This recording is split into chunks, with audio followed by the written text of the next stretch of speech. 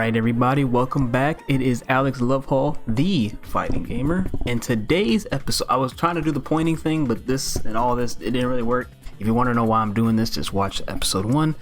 Anyway, today's episode of the Jin timeline is going to be in Tekken 4.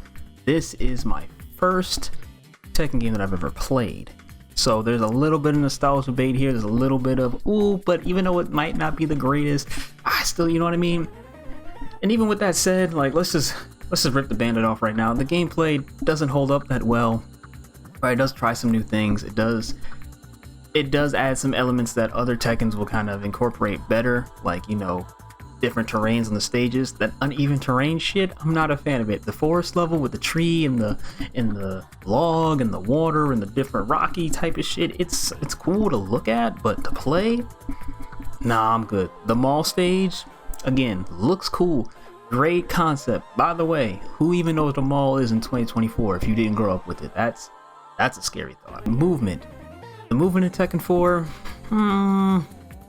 not my favorite. It's a little bit too stiff for me. It's not really a side step, it's a side walk. You can't really backdash, can't really go forward like that. The whole neutral, we're gonna backdash and then punish you with electrics, that doesn't really exist. Matter of fact, for me, just the way I was playing it on that emulator, movement was so stilted and so stiff that it made the experiences not fun. So on that game, Tekken 4 specifically, well, we're gonna cut into it now, I had to learn how to use buttons at close range. For example, this is the game where Jin becomes more of the Jin that you're gonna recognize. He starts using Kyokushin karate, which, fun fact, is a real karate style. Jin is probably one of the main reasons why I love using that style in real life. Is forward 4, right? The thrust kick, you know, the front kick that you've probably seen in Tekken 7 memes across the years, right? Using that move when you're up close against somebody really is not the best tactic. Not saying you can't use it, but you're leaving yourself more open because they can hit you before you even hit it. And there's better moves you can use, like his 2-1-4, his down forward 1, his laser scraper, which we're gonna get to that in a little bit. Trust me, we're gonna get to that. But there's other moves you can use in that range, and if you just keep trying to use forward 4 all day, you're gonna probably get hit out of it more times than not. So that's something I had to learn. Some things that I thought would work, like his 2-4, just weren't punishing the way I thought they would. Now, I don't know if it was because I was on stages that I was just on uneven fielding, or if I was just mistiming the move, or if that move wasn't his main punishment tool, which, if I know Tekken, how they kind of move things from game to game to game, it should have been, but I don't know. But the fact that I couldn't punish certain moves, which, by the way, just because I've played all these games before, does not mean that I know everything. Tekken is something I'm still, even though I've been playing it a long time, I'm not the most high level in.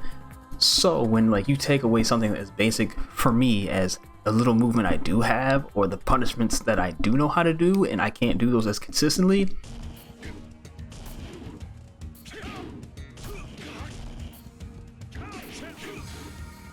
oh damn, that's probably unlockable. Yep, I got hit with the Smash Brothers. This dude doing strings. Ugh. Okay, you don't gotta choke him out like that, bro. You gotta choke him out like that. There's no need. No need.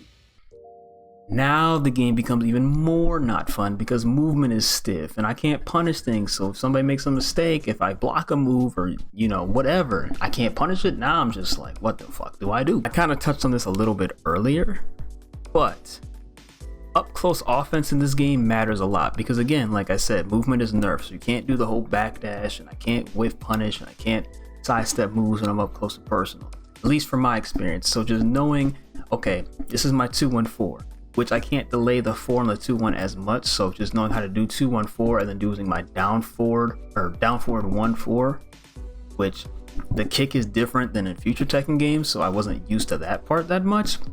But just understanding how to use my mids and my lows in closer range situations is really important, because if you watch the footage, when I was doing down back 4 a lot of the time, it was either getting blocked most, if not all the time, or I was putting it in the wrong situation, so I'd leave myself to get punished, or would just miss entirely, right? Or it was just too slow, so I would just get hit out of it before I did anything. Just learning what spaces to use these in and what timings I should use these lows and these mids in are really helpful for going forward, because without understanding how to do those things, you're just going to get hit and you're not going to know what to do. And somebody who does know what they're doing are just going to make you look silly and make you want to delete the game. And trust me, when Tekken 8 comes out, you don't want to do that. Before I even move on to the other parts of the game, we got to talk about Laser Scraper, especially with Jin. Like I said, he's been my main. He's going to probably still be my main, him and Devil Jin both. But Tekken 4 is known for his Just Frame Laser Scraper. If you don't know what that is, I'll probably leave a link in this video specifically to a video either explaining what it is or kind of giving you an overview of what it can do, either by that Blasted Salami or I think his name is Shieldin, I don't know. But the point is, it's a very strong move. It's a character defining move. It's a Tekken defining move. That move is so good in Tekken 4 that normal Jin has never had that move again since. Matter of fact, he has had that move in Tekken 3, Tekken Tag, Tekken 4, and then they took it away from normal Jin in Tekken 5, and he's never gotten it back since. Only Devil Jin has Laser Scraper or Laser Cannon, which just show you how strong that move is. And even with that said, they have never given him the Just Frame version back, which means he's not going to make it unblockable. Being able to Just Frame Laser Scraper is such an important tool for Jin, and honestly, I don't know how to do it that well. And because I don't know how to do it that well, I told myself I don't want to rely on just doing this top tier move because it's top tier. That's the one thing that Tekken 4 definitely taught me, is when you don't know what you're doing, like me, and I don't know how to play, I don't want to just pick I can do this top tier tactic and that's all I'm going to do, because spoiler alert, if you don't know how to use it or why it's good, you're going to severely stunt your growth as a player. And one thing I did notice, I mentioned it in the last couple of videos, but Tekken 4 is the game where I really had to notice I was doing it and then stop doing it, was, let's say of course I'm using Jin. He has a move called Forward Forward 2. Well, it's called Demon's Ball, but it's Forward Forward 2. It's his dash punch. You've probably seen him do it many times, right? I have a habit where I would backdash in, then dash in and do the move. Or I would dash when I'm in the opponent's face, dash, backdash, and then do a move, right? That's very easy to tell, as well as it can also leave me very punishable in situations that if I'm doing it wrong, I just get hit. Trust me, during Tekken 4, Tekken Tag, and Tekken 3, you're gonna see me do that, and I'm gonna get hit out of it a lot and a lot and a lot. And this is the game where I had to look at myself and be like, yo, I'm doing that strategy way too much. I need to either commit to the dash, do the back dash, or not do either one of those things and just be in the moment and not do it because I'm, autopilot, which did definitely help me out in terms of upping my gameplay. Another thing that I did learn, which is just something I had to just be honest with myself, is that a lot of the times the reason why I get mad or that I'm upset at my performance or my skill level or whatever it is that you want to call it is usually due to me not knowing how to play or me being out of practice. So then I know I could either be playing better or be at a better level or a higher level or whatever, and I'm not. So that realization and that I have to play in this bad moment gets me so upset. However, this time I made a conscious decision to be like, you know what? I suck at this game. I don't play this game right now, and I'm not going to play this game anytime soon. So that being said, let me focus on what I do know and try to just make a simple strategy based on what I do know and then go from there.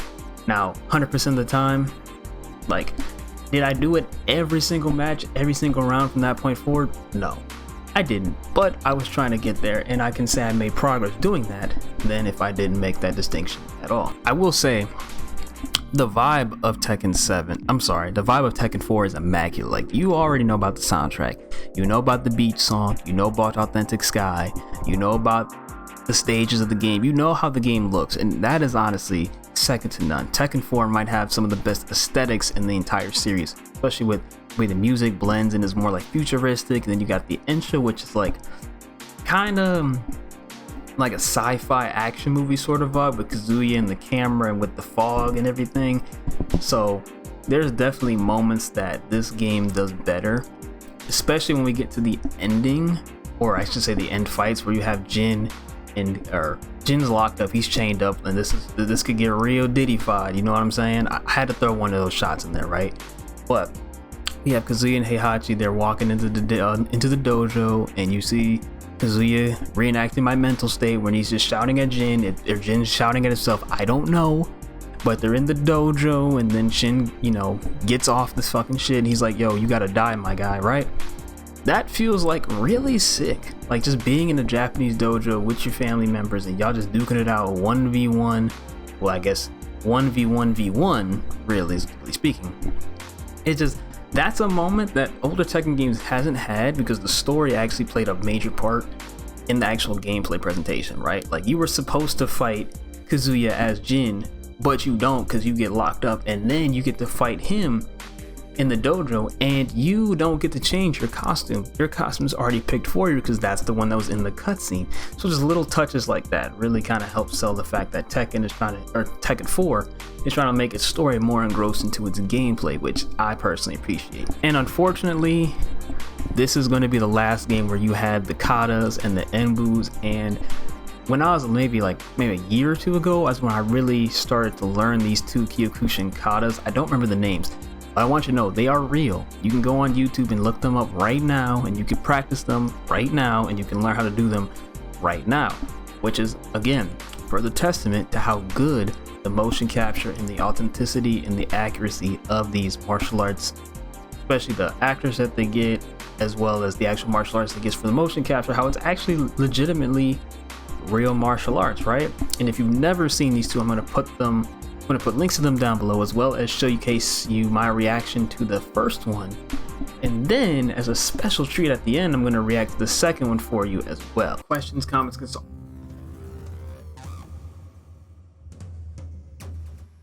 Actually want to show y'all this, but I didn't know it was going to play, so I'm going to just...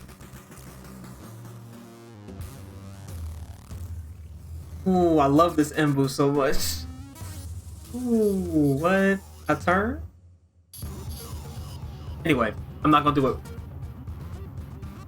Can Tekken do this in Tekken 8, please? Like, bring this back for all your characters, or at least the ones that matter.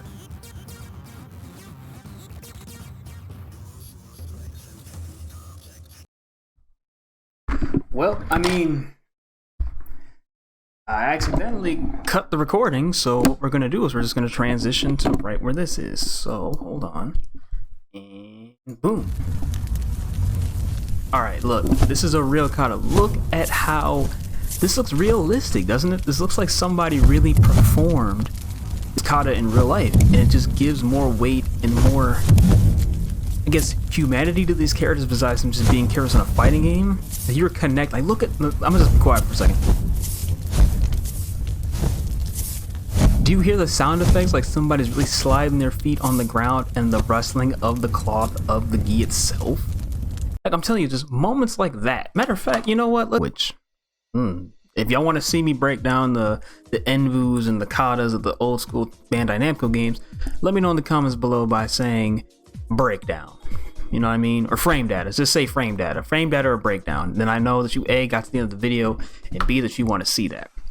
However, with that being said, that's pretty much all I got for Tekken 4. Overall, I think the game was a divisive point, right? Like, you can tell that there's Tekken before Tekken 4 and there's Tekken after Tekken 4, right? And we're kind of living in the era of Tekken after this game, which is where you have, things like walled off stages, you have certain mechanics, you have more realistic storytelling in a sense, and you have more integrated features. So those things are good, but there's an element of old school Tekken which is like super heavy neutral with punishing, ridiculously good moves, which they still exist, but it's not like the whole game is a ridiculous move, you know what I'm saying? However, with that being said, now we're going to move on to Tekken 5, which is probably my favorite Tekken out of all the old school Tekkens pre-Tekken 6. And the one thing I got to say about Tekken 4 before we go on is I think that Jin's Tekken 4 hoodie is one of his best outfits in the entire franchise, which you're going to hear more about that when I break down all of Jin Kazama's outfits. So, if you guys want to see more of that, let me know as well. However, this is Alex Lovehall. I'm the Fighting Gamer, and we got 1% today, and then we're going to get to 100% tomorrow. I'll catch you on the next video.